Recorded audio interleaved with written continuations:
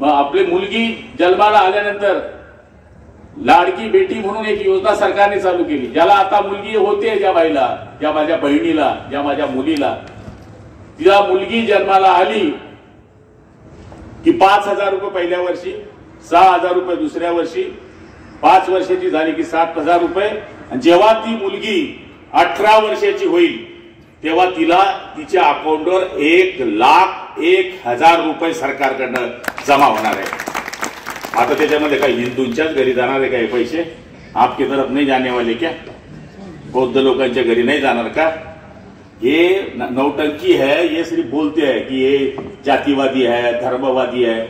योजना भी अनाज की हुई तो मुसलमान को भी अनाज मिल रहा है, हिंदू को भी अनाज मिल रहा है।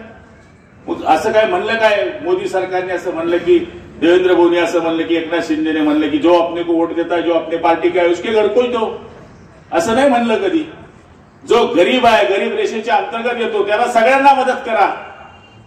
त्यामुळे जातीवाद करणारे जे लोक आहेत त्यांनी कधी काम केलं नाही, आणि जो काम करतोय त्याला हे लोक जातीवादी म्हणतायत। मला तरी असं वाटतं का हा एकमेव असा पंतप्रधान आहे की ज्यांनी महाराष्ट्रामध्ये आणि देशामध्ये प्यायच्या पाण्याकरता आम्ही एवढे पैसे का देऊ शकतोय? केंद्र सरकारचे 50%, राज्य सरकारचे 50%, 8 लाख कोटी रुपये देशामध्ये पाण्यावर खर्च करणारा पहिला पंतप्रधान आहे। आपल्याला माहिती आहे, मी फार देशाचं सांगणार नाही पण राज्याचा मंत्री म्हणून सांगतो, आपल्या राज्यामध्ये फक्त 32% लोक नळाने पाणी पित होते आतापर्यंत, फक्त 32%।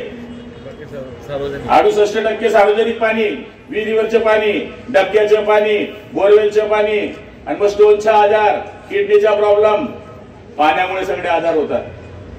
आता आपण 82% कनेक्शन जोडण्याची तयारी पूर्ण केलेली आहे।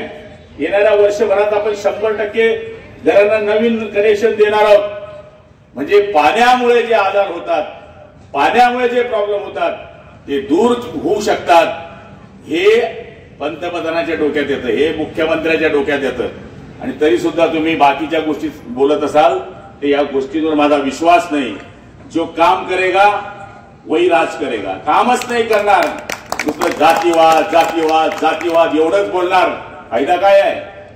फिर काम करके बघा भाई, काम भी करायचं नाही, फक्त गर्दीमध्ये साप सोडला तर साप साप म्हणायचं आणि बाकीच्या गोष्टी विसरून जायच्या।